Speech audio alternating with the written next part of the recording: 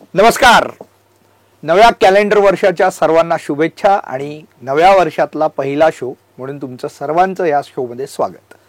अर्थात नव्या वर्षाची सुरुवात भले लोकांनी उत्साहात केली असली तरी नीट पाहिलं तर ही चिंताजनक आहे असं म्हणावं लागेल. कारण अमेरिकेसारख्या देशात झालेला दहशतवादी हल्ला आणि भारतात घडलेल्या काही घटना या सगळ्याचा एक आपण आढावा घेणार आहोत. आणि त्यासाठी आपल्यासोबत आहेत आंतरराष्ट्रीय प्रश्नांचे जाणकार विश्लेषक चंद्रशेखर नेने सर. नेने सर, तुमचं स्वागत आहे. धन्यवाद. आपला हा नव्या वर्षातला पहिला 2025 मधला पहिला शो आहे. मला तुम्हाला अगदी थेट मुद्द्यावर आणायचं आहे की नववर्षाची सुरुवात ही भारतात कशी झाली ही आपण पाहूच, पण अमेरिकेमध्ये जो हल्ला झाला, अर्थात हल्ले 3 झाले आहेत, त्यातल्या 2 हल्ल्यांचं बातम्या नीट आलेल्या आहेत, तिसऱ्या हल्ल्याची अजून माहिती येते. पण युरोपमध्ये पूर्वी ज्या पद्धतीने फ्रान्समध्ये हल्ले झाले, गाडी खाली चिरडणं, गाड्या गर्दीत घालणं, तशाच प्रकारचा हल्ला. आणि कसं आहे ना, तो कधी होतो ह्याला महत्व आहे. 20 जानेवारीला ट्रम्प राष्ट्राध्यक्षपदाची सूत्र हातात घेतील. ट्रम्प म्हणजे राष्ट्रवाद, बरोबर. भारतात मोदी म्हणजे राष्ट्रवाद. आणि या राष्ट्रवादाच्या गोष्टी जेव्हा समोर असतात तेव्हा अशा दहशतवादी हल्ल्यांचा अर्थ काय असतो हे आम्हाला तुमच्याकडून जाणून घ्यायचं आहे. तर पहिलं हे तुमच्याकडून विश्लेषण हवं, या अमेरिकेत झालेल्या दहशतवादी हल्ल्यामागचं कारण, राजकारण काय? एक म्हणजे आता ट्रम्प 20 जानेवारीला येणार, त्याच्या आधी कोण होतं? Joe Biden. जो बायडनचं लक्ष कशावरतीच नव्हतं, कारण त्यांचा मेडिकल कंडिशन आहे त्यांची, ती आता सगळ्या अमेरिकेला माहिती आहे. त्यांच्या राज्यामध्ये डेमोक्रॅट लोकांनी इतक्या लोकांना अमेरिकेत घुसवलं आहे, लिगल इलिगल इमिग्रंट्स एवढे आलेले आहेत की त्याच्यातले किती दहशतवादी आलेत ते अमेरिकेला सुद्धा माहीत नाही आहे. FBI डोकं फोडते की आता कोण आलेत दहशतवादी वगैरे. तर ते जे लोक गोळा झालेत त्यांनी आता आल्यासारखं काहीतरी करायला हवं ना, कारण 20 तारखेनंतर त्यांची धरपकड आणि त्यांना हाकलूनच देणार आहे. ट्रम्पने ऑलरेडी सगळं दाखवलं आहे त्यांचं हे की या सगळ्यांचं माझ्याकडे आहेत, काहीतरी मला वाटतं 1.25 लाख लोकांना तो हाकलून देणार आहे आणि त्याचा खर्च अमेरिका करणार आहे. कारण ही नको, ही घाण आपल्याकडे नको. आपल्या लोकांना ते कळेल तो सुधी, पण ट्रम्पला ते कळलेलं आहे. तर आता हकलायच्या आधी काहीतरी करावं म्हणून हे सगळे जे स्लीपर सेल आहेत हे ॲक्टिवेट झालेले आहेत. आता हा जो हल्ला झाला, म्हणजे मी तुम्हाला न्यू ऑर्लिन्सचा हल्ला, तो जमालुद्दीन जो आलेला होता त्याचा, तो 42 वर्षाचा आहे, त्याचा जन्म अमेरिकेतला आहे, तो अमेरिकेच्या सैन्यात होता, कृष्णवर्णीय आहे. परंतु त्याला या लोकांनी इतकं फितवलं. हे लोक म्हणजे कोण? हे ISचे, कारण त्याच्या ट्रकमध्ये ISचा झेंडा सापडलेला आहे. IS म्हणजे इस्लामिक स्टेट, म्हणजे पश्चिम आशियातले दहशतवादी लोक. तर त्यांनी त्याचं इतकं ब्रेन वॉश केलेलं आहे. त्याच्या ट्रकमध्ये त्यांना व्हिडिओ मिळाले की तो काय काय करणार, तो त्याच्या कुटुंबाला मारणार होता, म्हणजे कुटुंबाला सुद्धा, कारण आता जिहाद केली आहे कुचबीवाली ही आहे. अशी लोक त्यांनी गोळा केली आणि यांना लोन सेल्स म्हणतात, म्हणजे एकांडे शिलेदार. म्हणजे याला पकडलं ना तरी फारशी माहिती लागत नाही, कारण हा म्हणतो मी ठरवलं आणि मी आलो, मला कोणी सांगितलं नाही. असे त्यांनी बरेच पेरलेत. तर लोकांमध्ये आता असं एक हे करायचं की अस्थिर सगळं झालेलं आहे. खरं तेवढं नसतं. या हल्ल्यात किती 25 लोक मेली, 15 लोक मेली, पण एक दहशत बसते आणि तुमची जी फ्री सोसायटी असते त्या फ्री सोसायटीला ब्रेक लागतो. तर ट्रम्पला जाता जाता एक गिफ्ट द्यावी म्हणून हा प्रकार झालेला आहे. ट्रम्प आल्यानंतर तो याच्या दसपटीने यांना मारेल हे नक्कीच आहे, पण तेही आता जाता जाता काहीतरी करून जावं म्हणून चाललंय. पण मला ह्याच्यातला सिरियसनेस तसा दिसत नाही, कारण त्या लेवलचा हा अटॅकच नाही आहे. तुम्ही अमेरिकेतलं आता उदाहरण देताच, मी थोडंसं भारताकडे येतो. म्हणजे काही कनेक्शन्स आपण थोडंसं दाखवायचा प्रयत्न करतो. आपल्याकडे पहिल्या वर्षाच्या पहिल्या दिवशी एक अत्यंत तुरळक छोटीशी घटना घडली जी मीडियाने फार दखलही घेतली नाही. ती म्हणजे विरारवरून नालासोपाराकडे मुंबईकडे येणारी एक AC लोकल, तिचा ट्रॅक पूर्णपणे वाकवला होता आणि ती AC लोकल थांबवली मोटरमनच्या सतर्कतेने. त्याने तो सावधानता त्याला लक्षात आली, त्याने पाहिलं आणि ती थांबली. आज AC लोकल जर घसरली असती केवढा मोठा, तर आता हा जो प्रकार आहे हा पण दहशतवादी हल्ल्याशी, घातपाताची शंका जरी असली तरी ह्या दहशतवादी हल्ल्यांशी संबंधित बघता येतो का? कारण आतापर्यंत जे गेल्या वर्षातले हल्ले म्हणजे अपघात झाले, रेल्वे अपघात, त्याच्यामध्ये हा प्रकार, त्यातही अशीच 25-30 माणसं मेली, शेकडो जखमी झाले. बरोबर. हे सुद्धा असंच काहीसे हे आहेत की ज्याची कारणं अजूनही तशी अज्ञात, टेक्निकल कारणं समोर आली, पण आता अनेक ठिकाणी रुळांवर स्लॅब टाकणं सिमेंटचे, हो. लोखंडी हे मारणं, खिळे त्यांचे हे काढून टाकणं, तोडतात ते, हे सगळे प्रकार सर्रास चाललेत आणि हा शांतताप्रिय समाजच हे सगळं करताना जास्त मोठ्या प्रमाणात लक्षात येत आहे. आपण या गोष्टींकडे कसं पाहिलं पाहिजे आणि अमेरिकेशी तुलना, अमेरिकेतल्या या हल्ल्याची तुलना आपण आपल्या 26 डिसेंबरच्या हल्ल्याशी करायची की आणखीन कोणत्या प्रकारे या हल्ल्यांकडे पाहायचं? पहिली गोष्ट म्हणजे आपल्या इथे शांतिप्रिय समाज तुम्ही म्हटलात तो इतका मोठा आहे की त्याच्यातनं असे स्लीपर सेल मिळवणं काही कठीण नाही आहे. म्हणजे सगळीकडे आपल्याला ते मिळू शकतात. मला वाटतं काय होत आहे की या हल्ल्याची एकतर मीडियाची पब्लिसिटी होत नाही. इथे मी मीडियाला दोष देईन. मीडियानी पब्लिसिटी करून कोणी केला ते नावासकट देणं अत्यंत आवश्यक आहे. लोकांना कळलं पाहिजे की ही लोक, यांच्यातली काही लोक, आपण नेहमी असंच म्हणू, आपण सगळ्या इस्लामी लोकांना वाईट म्हणू का, तर नाही.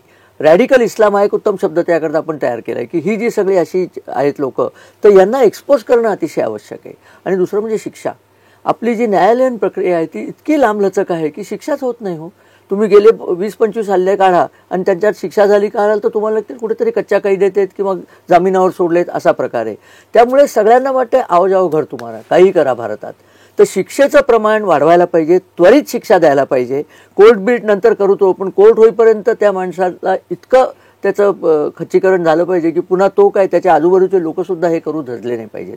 तसं दुर्दैवाने आपल्याकडे होत नाही आहे आणि ती एक धोक्याची घंटा आहे. तुम्ही हे सांगताय, माझ्या सध्या मला झोप येत नाही की आपण प्रयागराजमध्ये 50 कोटी लोकांना बोलवतोय, तिथे एक जरी इन्सिडेंट झाला तर तो सगळ्या जगभर पसरेल.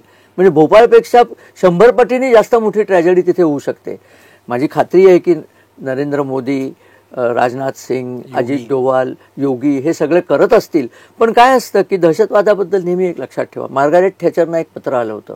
आयरिश रिपब्लिकन आर्मीचे लोक जेव्हा दहशतवादी हल्ले करत होते ना, त्यांनी लिहिलं होतं की तुम्हाला दरवेळेला सक्सेसफुल व्हावं लागेल आमचे हल्ले हे करताना. आम्ही एकदा झालो तरी खूप आहे. आणि हेच आता तुम्ही आत्ता सांगितलं विरारचं, कधीतरी आता वाकवताना काय त्याला वेळ लागला नसेल का? ते काय गवताची काडी नाही आहे, कोणी बघितलं नाही का? लोकांनी आता सतर्क होणं अतिशय आवश्यक आहे आणि लोक सतर्क होऊन लोकांनी सांगितलं तर पोलिसांनी त्वरित दखल घेणंही आवश्यक आहे. अगदी सर, तुम्ही म्हणालात त्यात फार तथ्य. पण मगाशी तुम्ही आणखीन एक वाक्याचा उल्लेख केलात अमेरिकेकरता की तिकडे कोण आले, किती आले ह्याचं काही हे नाही आणि आता ट्रम्प आल्यावर बऱ्याच 1-1.5 लाखांना बाहेर काढेल वगैरे. आपल्याकडे हीच अवस्था आहे ना, बांगलादेश येऊन वाईट आहे. आपल्याकडे अगदी आपल्याकडे 6 कोटींच्या आसपास बांगलादेशी घुसखोर आहेत. बाकीच्या स्लीपर सेल्सचं तर काही आकडेवारीच आपल्याकडे अधिकृतपणे सांगता येणार नाही. या सगळ्या प्रकारात आता बांगलादेशींचा जो हे सुरू आहे विषय, आता अनेक नेते सुद्धा हा विषय हातात घेत आहेत. पण खरोखर बांगलादेशींचा विषय आंतरराष्ट्रीय स्तरावर तर ठीक आहे, आपण चर्चा करतोच आहोत, पण आपल्या पातळीवर कसा हँडल करायला हवा? 2-3 गोष्टी करायला हव्यात की बांगलादेशी लोक इथे जी आली आहेत त्यांना जी कार्डं पुरवली, अगदी साधा विषय, कार्डं पुरवायला क्लर्क बांगलादेशातून आले नव्हते, आमचेच क्लर्क आहेत हे. या क्लर्क्सना एक्सपोज करायला हवं. त्यांना कदाचित कळलं नसेल आपण काय करतो, पण ते कळल्यानंतर तरी त्यांना समाजाने वाळीत टाकायला हवं. मी जरा कठोर शब्द वापरतोय की पुढच्या कुठल्या क्लर्कला अगदी 1000 रुपये दिले तरी तो अशी कार्ड बनवणार नाही, अशी व्यवस्था केल्याशिवाय काय हो. फक्त सैनिक आणि पोलीस देशभक्त असून भागत नाही, समाजही ते देशभक्त हवाच ना. समाजाला हे कळायला पाहिजे की तुम्ही कुठल्या सापाला घरात घेताय. आता हे सापाचं मी म्हणतो, हे रोहिंग्या लोक हे काँग्रेसने बसवलेले आहेत आपल्या इथे. ज्या काँग्रेसच्या लोकांनी हे रोहिंग्या आणले त्यांना पब्लिकमध्ये फटके का मारू नयेत? मारायला पाहिजेत. आपण काहीच करत नाही हो. आपण क्षमाशील, जी मोहनदास करमचंदनी क्षमाशीलता आणलेली आहे ती इतकी भिनली आपल्यामध्ये की आपण काही ॲक्शनच घेत नाहीये.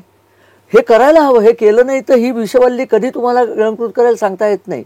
दादरमध्ये जेव्हा त्यांनी सांगितलं रोहिंग्या आलेत, म्हणजे आता आणि कुठे यायचं बाकी राहिलं? साध्या साध्या गोष्टी आहेत. आज सर्वात प्रसिद्ध असा रानडे मार्ग आहे जो फेरीवाल्यांसह दुकानदारांचा एक म्हणजे अगदी खरेदीचं शॉपिंग सेंटर असं मानलं जातं. आज तुम्ही कोणत्याही त्या फेरीवाल्याच्या समोर त्याचं जीपे काय ते स्कॅनर स्कॅन केलं की कळतं की तो मुसलमान असतो. आता तो मुसलमान बांगलादेशी आहे की नाही हे कसं ओळखायचं हे लोकांना कळत नाही. पण आत्तापुरतं तरी तो मुसलमान असतो इतकं पुरेसं आहे. अगदी प्रत्येक वेळेला त्याचं जन्मकुंडली काढायची काही गरज नाही, तेवढा वेळच नाही हो. एकेकाळी इकडे मराठी होते. नाही. आज ते मग जाऊन भय्ये होते. भय्ये आता परप्रांतीय ते म्हणून पण त्यांनाही नसले. पळवलं. आता हे बांगलादेशी आणि रोहिंग्या आलेत. हे आपण नक्की तुम्ही जे समाजभान म्हणताय, समाजभान बरोबर. टिकलं पाहिजे, वाढलं पाहिजे, टिकलं पाहिजे. त्याकरता जर आपण काही बोललो तर आपण रॅडिकल ठरतो. हो, तो आहे कारण की वेगळा प्रकार आहे. कारण आपल्या इथल्या मीडियामध्ये ही जी रोहिंगे आहेत ना, हे मीडियामध्येही घुसलेले आहेत. हे आपल्या इथलेच आहेत, ते रोहिंगे नाही आहेत. मी त्यांना रोहिंगेच म्हणेन, कारण ज्या पद्धतीने ते देशभक्तांना रॅडिकल ठरवतात त्या पद्धतीने तुम्हाला समजायला पाहिजे की त्यांचं शिक्षण कुठल्या शाळेत झालं. अगदी तुम्ही फार थोडक्यात पण आपण अगदी योग्य शब्दात सांगितलंय. तर प्रेक्षकांनो, आज आम्ही इथेच थांबतोय. अगदी थोडक्यात हा विषय मांडायचा प्रयत्न केलाय. का तर नववर्षाची सुरुवात आहे आणि नव्या वर्षाची सुरुवात ही नेहमी चांगली असावी, नकारात्मक नसावी असा आमचा विचार होता. पण ज्या घटना घडल्या आहेत त्या सूचक आहेत, भविष्याचा वेध घेणाऱ्या घटना आहेत. जर भविष्यात आपल्याला नकारात्मक गोष्टींवर चर्चा करायची नसेल तर आज आपण काय करायला हवं हे नेने सरांनी सांगितलेलं आहे. माझी अपेक्षा आहे की तुम्ही त्या गोष्टी नक्कीच कराल, सतर्क राहाल आणि सावध राहाल. आणि या सगळ्या ही जी षडयंत्र येत आहेत, हे टूल किट जे आहे, हे डीप स्टेट पासून सगळ्या प्रकारचे जे टूल किट्स आहेत ही हाणून पाडायला आपण सर्वांनी एकत्र राहिलं पाहिजे आणि समाजभान बाळगलं पाहिजे. हे लक्षात ठेवा. शो कसा वाटला आवर्जून कमेंट बॉक्समध्ये कळवा. लाईक आणि सबस्क्राईब करायला विसरू नका. सर बोल. एक छोटंसं सांगायचं आहे की आपण कुठलाही सण असला, काहीतरी सेलिब्रेशन ज्याला म्हणतात, उत्सव याच्यात आपण फटाके वाजवतो. लक्षात ठेवा, फटाके आपले वाजले पाहिजेत, शत्रूचे नाही. अगदी तर लोक हो, आज आम्ही इथेच थांबतो. पुन्हा भेटून नव्या विषयासह. धन्यवाद.